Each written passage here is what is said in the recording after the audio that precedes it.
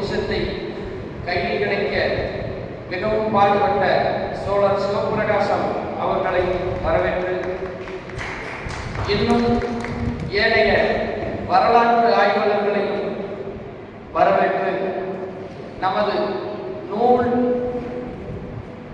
இந்த தலைமுறைக்கு முதலில் வடிவமைக்கப்பட்ட நூல். ஏனென்றால் இதற்கு முன்பாக பல நூல்கள் வந்திருக்கலாம், கல்வெட்டுக்கள் இருக்கலாம், ஓலைச்சுவடிகள் இருக்கலாம்.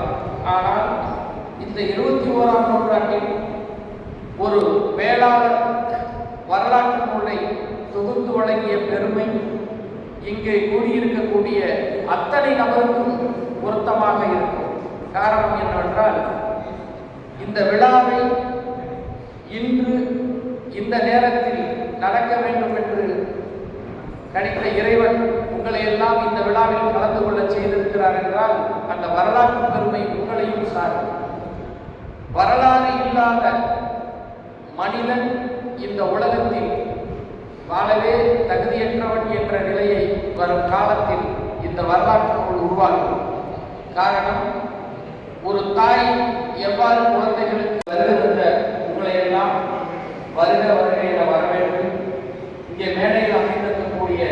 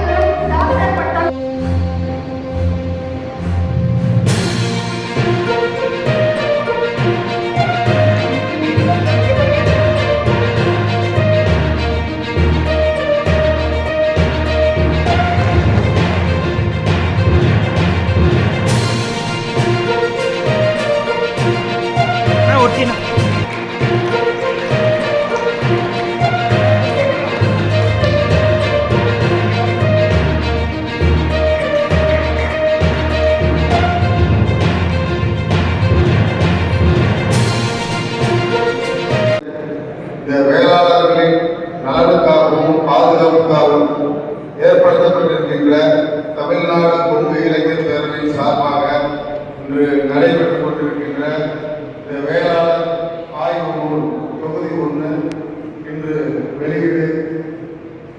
அந்த நூலை வெளியிட்டு இந்த வேளாளர்களுடைய வரலாற்றை ஒவ்வொருவரும் தெரிந்து கொள்ள வேண்டும். பண்பாடு, கலாச்சாரம் போன்ற அனைத்து விஷயங்களையும் நாம் நன்கு அறிந்திருந்தால் மட்டுமே நம்மளுடைய தலைமுறையாக இருக்கக்கூடிய அந்த தலைமுறைகள் காட்டிய வழிபடி நாம் நடக்க முடியும் என்பதற்காகத்தான் அரும்பாடுபட்டு நம்மளுடைய வரலாறு தெரியாமல் இன்னும் நம்ம பெரியவர்களுக்கு கூட இன்னும் நம்மளுடைய வரலாறு என்னவென்றால் தெரியாது. அந்த சூழலில் தான்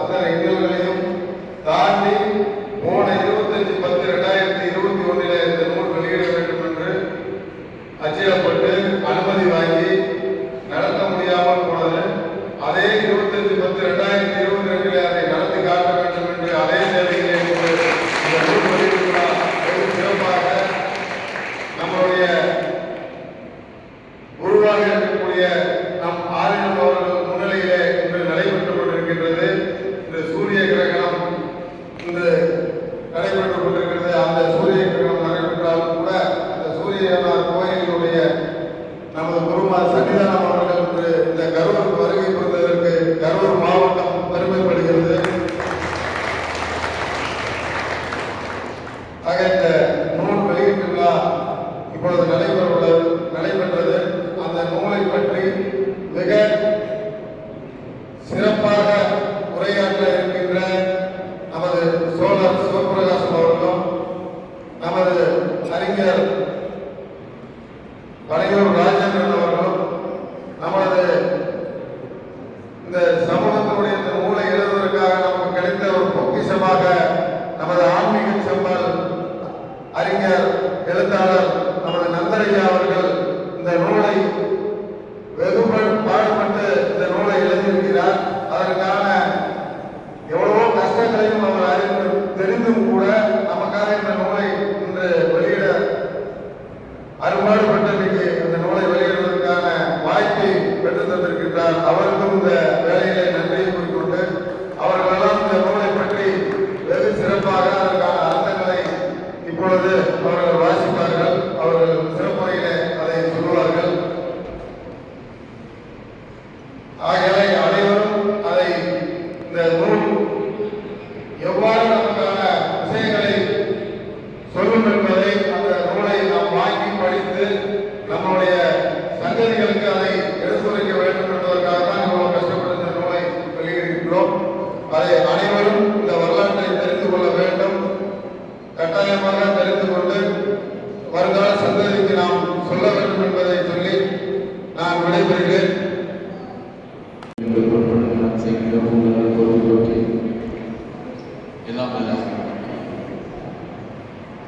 நம்முடைய கல்லூரி இளைஞருடைய வரலாற்று குறித்து வருகிற பசுபதி ஈஸ்வரன் திருவருடைய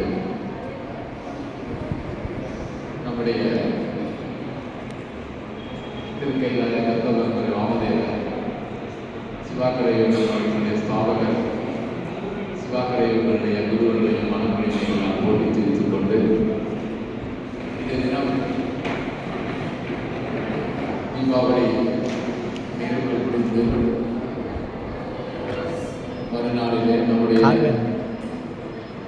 சமுதாயத்தினுடைய மேம்பாட்டிற்காகவும் பண்பாட்டிற்காகவும் நாம் செல்கின்ற பாதை சரியாக இருக்கப்பட வேண்டும் என்ற ஒரு உயரிய நோக்கிலே தமிழகத்தினுடைய பல்வேறு பகுதிகளில் இருந்து வந்திருக்கின்ற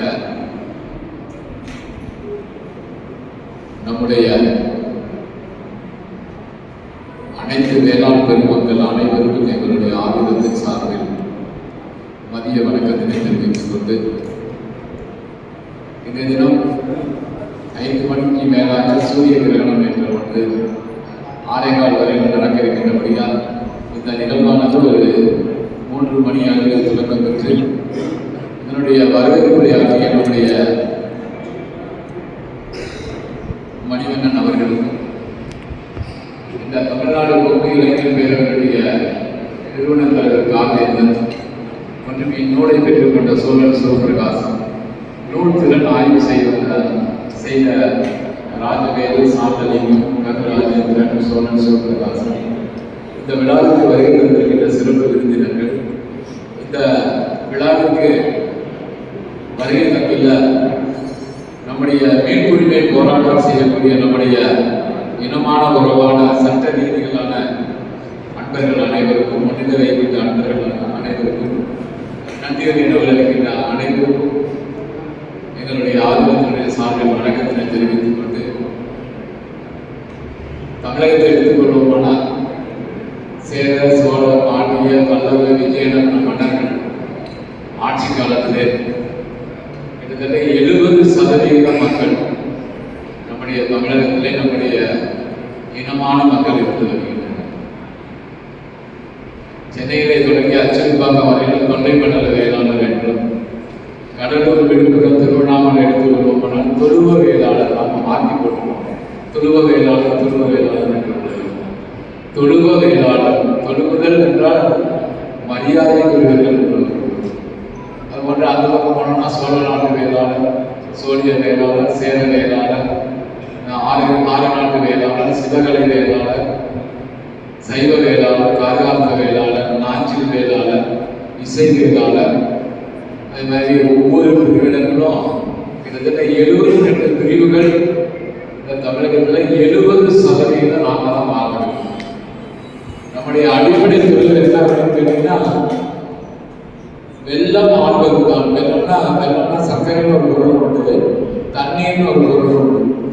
அந்த தண்ணீரை எடுத்து நிலத்தில் விவசாயம் செய்து சரியான முறையில் அதை நாமும் பயன்படுத்திக் கொண்டு இந்த நாட்டுக்கு பயன்பாடு செய்த மிகப்பெரிய சாமியாளர்களுக்கு ஆளுகள் நாம தான்.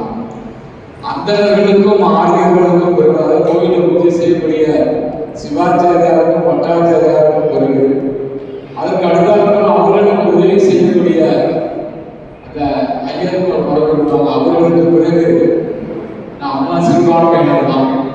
பெரும்பான்மை இன மக்கள் யார் என்று கூறுவோமானால் கிராம நிர்வாகம் எடுத்துக்கொண்டாலும் சரி, விவசாயம் எடுத்துக்கொண்டாலும் சரி, கலை எடுத்துக்கொண்டாலும் சரி, பண்பாடு எடுத்துக்கொண்டாலும் சரி, எல்லாவற்றும் சிறந்து ஓங்கிய ஒரே சமுதாயம் எது அப்படின்னு கேட்டீங்கன்னா வேளாளர் சமுதாயம் மட்டும்தான்.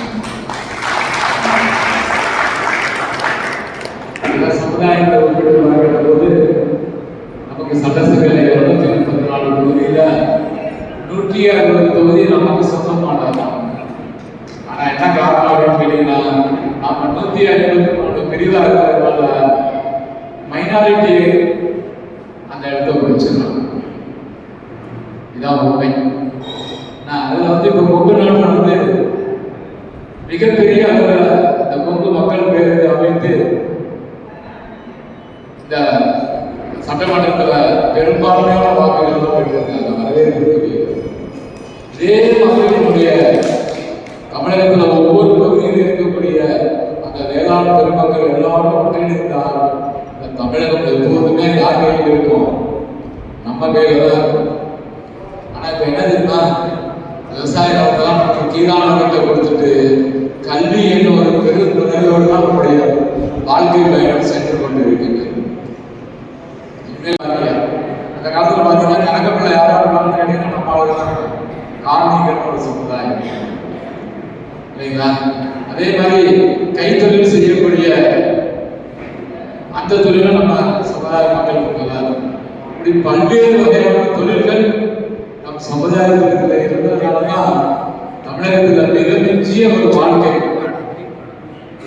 ஒரு திருக்கோயிலுக்கு போய் கொடுக்கணும் அப்படின்னா அந்த கொடியேற்றத்திலிருந்து 10 நாள் திருவிழாவை நடத்துவதே நம்ம அவர்கள் கொண்டே இருந்தார்கள். அந்த திருக்கோயில மெய்காவல் பணி, அந்த நகை ஆபரணங்கள் போன்ற பணிகள் எல்லாம் செய்யப்படுறது யார் இருந்தாங்க அப்படின்னு கேட்டீங்கன்னா நம்ம அவர்கள் தான் இருந்தாங்க. கொங்கு நாட்டில் மட்டும் இல்லை, தமிழகம் முழுவதுமே நம்ம அவர்கள் தான். அதே மாதிரி பார்த்தீங்கன்னா அந்த வரி வசூல் செய்வதில் கட்டணம் சொல்றாங்க அந்த காலத்துல, அதுலேயும் நம்ம அவர்கள் தான் இருந்தாங்க. ஆனா இன்று அவற்றையெல்லாம் என்ன காரணம் அப்படின்னு கேட்டீங்கன்னா நமக்கு எதுக்கு ரொம்ப கெட்ட பேர் வந்துடக்கூடாது அப்படிங்கிற முறையில நாம் எல்லாரையும் ஒதுங்கி வந்தவுடன் பிற மரபினர் செய்யக்கூடிய நிலை ஏற்படுகிறது. அதை விட ஒரு பெரிய செயல் என்ன அப்படின்னு கேட்டீங்கன்னா இன்னைக்கு தமிழகத்தில் இருக்கிற 18 சைவ ஆதீனங்கள், வைணவ ஆதீனங்கள், வீர சைவ ஆதீனங்கள் அனைத்துமே யாருக்குரியது அப்படின்னு கேட்டீங்கன்னா வேளாளர் பெருமக்களுக்கு உரியது. தமிழகத்தில் இருக்கிற 4 யார் கையில் இருக்கு? திருமணக்கண்ணை கையில் தான். 4 பங்குலாம். ஆனா ஒரு காலத்துல இந்த புத்தகம் யார் எடுத்திருந்தாங்க அப்படின்னு கேட்டீங்கன்னா வேளாண் பெருமக்கள் தான் புத்தகம் எடுத்து கீழ்த்தட்டு மக்களை வைத்து விவசாயம் செய்து திருக்கோயில் திருமணங்களையும் பாதுகாக்க பண்ணியிருக்கிறார். நீங்க அவங்க வேற ஒன்றும் இல்லை, முதல் ரெண்டு யாருக்கு எடுத்து கொடுப்பாங்க அப்படின்னு கேட்டீங்கன்னா திருக்கோயில் நல்லா எடுத்து கொடுப்பாங்க, உழுது வந்ததுலாம் எடுத்து கொடுப்பாங்க. என்னெல்லாம் மண்ணில் கிடைக்கிறதோ அதெல்லாம் திருக்கோயிலுக்கு திருமணங்களுக்கு எடுத்து வைத்துதான் இந்த பணிகளை எல்லாம் செய்திருக்காங்க. அதே மாதிரி சிவகலை வேளாண் என்ற ஒரு மரபு வீட்டில் ஒருத்தர் போய் நாட்டில் ராணுவத்தில் பணியாற்றிருக்காங்க.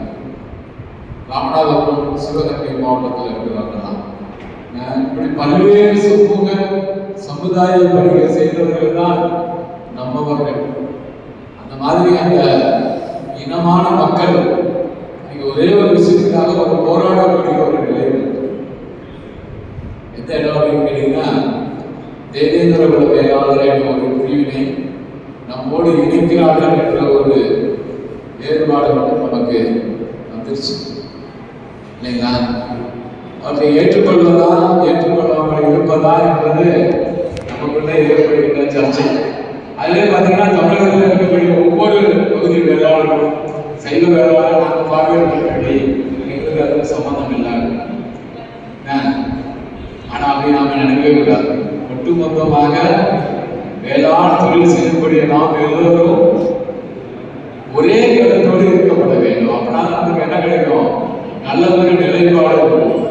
அதே மாதிரி பார்த்தீங்கன்னா நம்ம அவர்களுடைய நெற்றியில எப்போதுமே திருநீர் இருக்கக்கூடாது. நெற்றியில 3 பட்டைன்னு சொல்லுவாங்க இல்லைங்களா? அதுக்கு திரிபுரண்டம் முத்தோரணம் பேரு. அந்த அம்மா வந்து தான் நெற்றியில திருநீர் இருக்கு. வேற யாருக்கும் திருநீர் அதிகமாகவே நெற்றியில என்ன இங்க இருந்து இங்க வரைக்கும் திருநீர். அது நமக்குரிய பொருள். மந்திரம் ஆவது நீர் அப்படின்னு சொல்றாங்க. முதல் முத்திரை எது அப்படின்னு கேட்டீங்கன்னா திருநீர் தான். எல்லோருடைய நெற்றியிலும் திருநீர். என்ன ஆணவத்தை விட்டுவிட்டோம், கர்மாவை விட்டுவிட்டோம், மாயையை விட்டுவிட்டோம் என்று சொல்லக்கூடிய ஒரு பொருள்.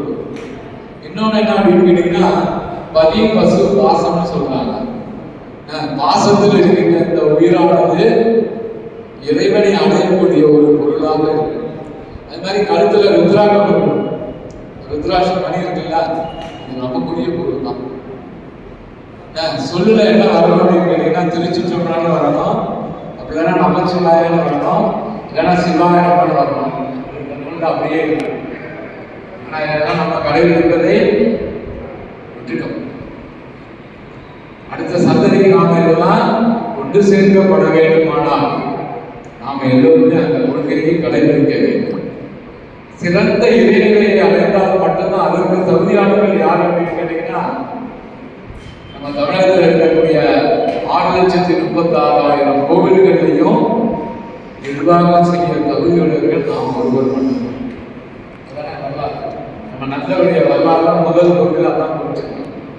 ஒவ்வொரு சொத்துக்களும் மானியமாக கொடுக்கப்பட்டதும் நம்மவர்கள் தான். ஆனா எல்லாம் என்ன பண்ணியிருக்கோம்? இழந்து விட்டு அந்த நிலைகளிலும் பண்பாடுகளிலும் கலாச்சாரங்களிலிருந்து நம்ம விலகி வந்து மீண்டும் நம்ம வீட்டில் என்ன இருக்கணும்? விநாயகர் மடம் இருக்கணும், கந்த சஷ்டி கவசம் இருக்கணும், தேவாரம் பண்ற திருப்பணிகள் இருக்கணும், அது மாதிரி சைவ சித்தாந்த சாஸ்திரங்கள் இருக்கணும், அதே மாதிரி புராணங்கள். அதுதான் நமக்குரிய ஆகம வேத நூல்கள். அதெல்லாம் வந்து நம்ம என்ன பண்ணிட்டோம்? இந்த கலாச்சாரங்களுக்கு வேறுபட்டு விடுபட்டு வந்துடும். ஆரம்பத்தில் சொல்லல, 70% மக்கள், பெரும்பான்மையான மக்கள்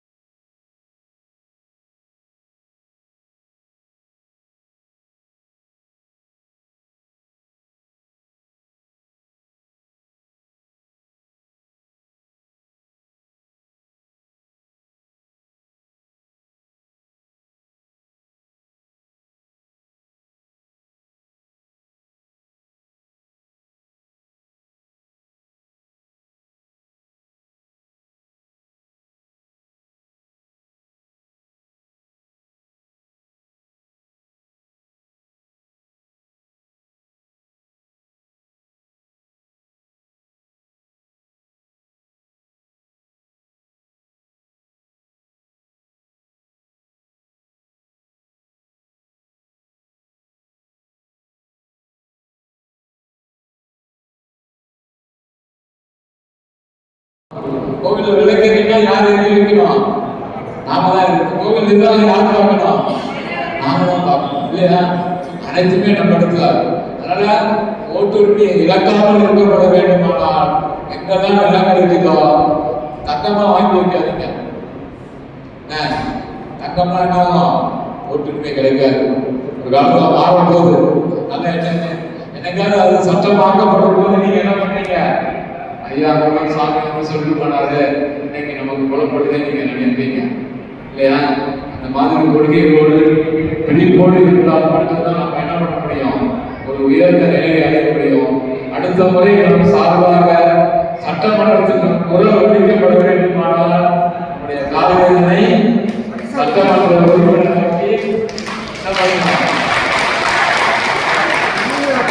நம்முடைய கொள்கைகளுக்கு உயர்ந்த எண்ணங்கள் வரப்பட வேண்டும் என்று கேட்டுக்கொண்டு எல்லோருக்கும் எல்லா நலமும் வளமும் கிடைக்க வேண்டும் என்று கேட்டுக்கொண்டு நிகழ்ச்சியை முடிச்சுக்கொள்ளலாம்.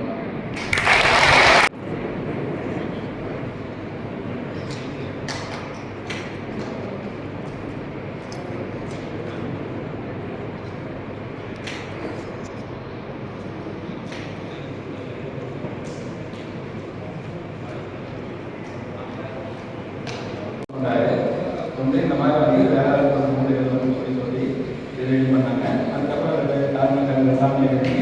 எல்லா நூல்களும் கரெக்டாக இந்த நூல் எழுத ஆரம்பிக்கும் போது கொரோனா படிக்கணும். நூலில் என்ன இருக்கு? இது வந்து தொகுதி 1 தான், தொகுதி 2, தொகுதி 3 சொல்லினாங்க. அடுத்தடுத்த வேலைகள் பணிகள் நடந்துட்டு இருக்கு. தொகுதி அருமையான முறையில் தொகுதி கொடுத்துருக்கிறாரு. இந்த முக்கியமான பார்த்தீங்கன்னா தொடக்கமே வந்து வெள்ளாளரே வேளாளர் அப்படிங்கிற தலைப்பில் தான் ஆரம்பிக்கிறாரு. எல்லாத்துக்குமே தெரியும், இதெல்லாம் வெள்ளாளர்னு சொல்றாங்க, வேளாளர்னு சொல்றாங்க. எது சரியான சொல்லு? வெள்ளாளர்கள் சரியான சொல்லா இல்லை வேளாளர்கள் சரியான சொல்லா? இந்த குழப்பம் எல்லாம் நானும் தமிழ்நாடு பூரா சுற்றுப்பயணம் போனவங்க எல்லாத்துலேயும் இந்த குழப்பம் வந்து ரொம்ப அதிகமாகவே இருந்துச்சு. வெள்ளாளர்னா வெள்ளாளர்கள் சரியான கொங்கு வெள்ளாளர் அல்லது கொங்கு வேளாளர் எது சரி? இந்த குழப்பம் இதே மாதிரி எல்லாத்துலேயுமே இருக்குது. இது வந்து ரெண்டுமே வந்து ஒரே சொல்லுல குறிக்கிற சொல்லுதான். என்ன காரணம் அப்படின்னா, உதாரணத்துக்கு பார்த்தீங்க அப்படின்னா 2 விவசாயிகள் தோட்டக்காட்டில் சந்திச்சுக்கிறாங்க. விவசாயி சந்திச்சுட்டாங்கன்னா தோட்டக்காட்டில் என்ன வெள்ளாமைன்னு தான் கேட்பாங்க, என்ன வேளாண்மைன்னு கேட்க மாட்டாங்க. ஸோ வெள்ளாண்மைங்கிறது என்ன அப்படின்னா பேச்சுவார்த்தை. நம்ம இயல்பாக நம்ம 2 பேரும் பரஸ்பரம் பேசிக்கும் போது பரிமாற்றக்கூடிய வழக்காக வந்து வெள்ளாமை வெள்ளாளர் அப்படிங்கிறது வந்து இருக்குது. ஸோ கல்வெட்டுகள் எல்லாமே அனைத்து கல்வெட்டுகளுமே வெள்ளாளர்கள் சொல்லலாம் வந்து இருக்குது. என்ன கல்வெட்டுகள் எல்லாமே பொதுவாக நம்ம என்ன பேச்சு வழக்கில் என்ன பேசுகிறோமோ அந்த பேச்சு வழக்கில் கல்வெட்டில் பொறிச்சிருப்பாங்க. அதனால கல்வெட்டு எல்லாமே வந்து வெள்ளாளர் இருக்குது. இதே இலக்கியங்கள் எழுதும்போது இந்த நஞ்சை வேளாண்மை, பூஞ்சை வேளாண்மை எழுதுவாங்க.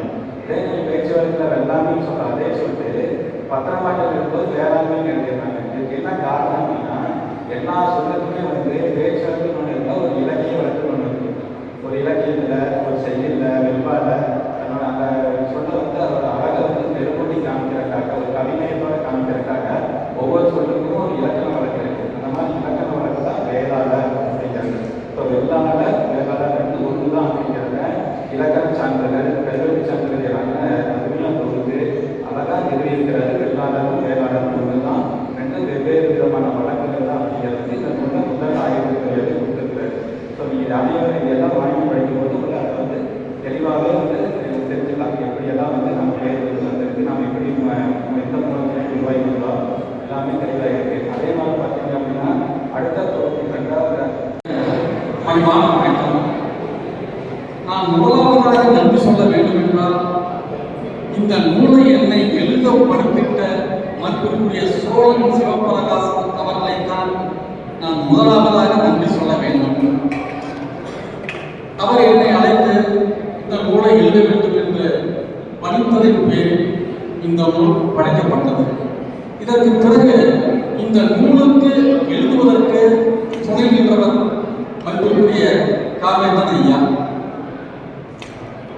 அவர் இந்த நூல் வெளியிடுவதற்கு எவ்வளவு பாடுபட்டார் என்ன அவன் வந்து ஏற்றிலேயே எழுத முடியாது. அந்த அளவுக்கு அவருக்கு ஏற்பட்ட, நான் வந்து நான் 4 நாளைக்கு தங்கியிருந்து பார்த்தேன். எவ்வளவு தூக்கம் கூட இல்லாம, வீட்டுக்கு கூட போகாம, அவ்வளவு மன கஷ்டம், மன உளைச்சல். அவர் மனைவி போன் பேசுறாங்க, கீழே ஐயா பேசிக்கிட்டு அளவுக்கு எனக்கு வீட்டில் 25 கொடுத்தாச்சு, அனுமதி கிடைக்காம இருக்குது. அதுக்காக அவர் பட்ட பாடு எனக்கு தான் தெரியும்.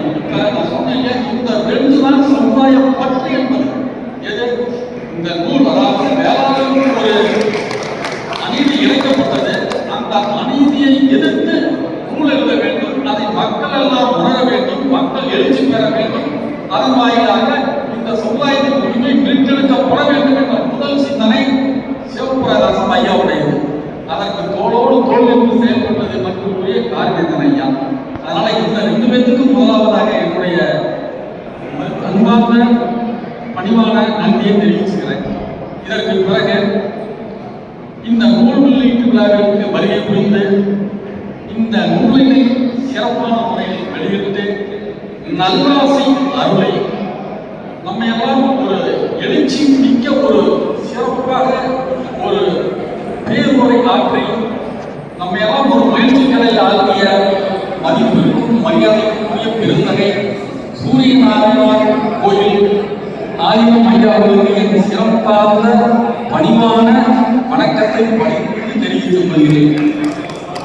இதற்கு பிறகு எனக்கு விருதுகளை கொடுத்த தீரன் சின்னமலை விருது என்ற ஒரு விருது கொடுக்கப்பட்டது. அந்த விருது கொடுக்கப்பட்டதற்கான ஒரு சின்ன விளக்கத்தை நான் சொல்லணும்னு நினைக்கிறேன். ஏன்னா தீரன் சின்னமலை தண்ணீரான வெள்ளையினை எடுத்தான் என்பதற்கான ஆதாரம் இல்லாமல் இருந்தது.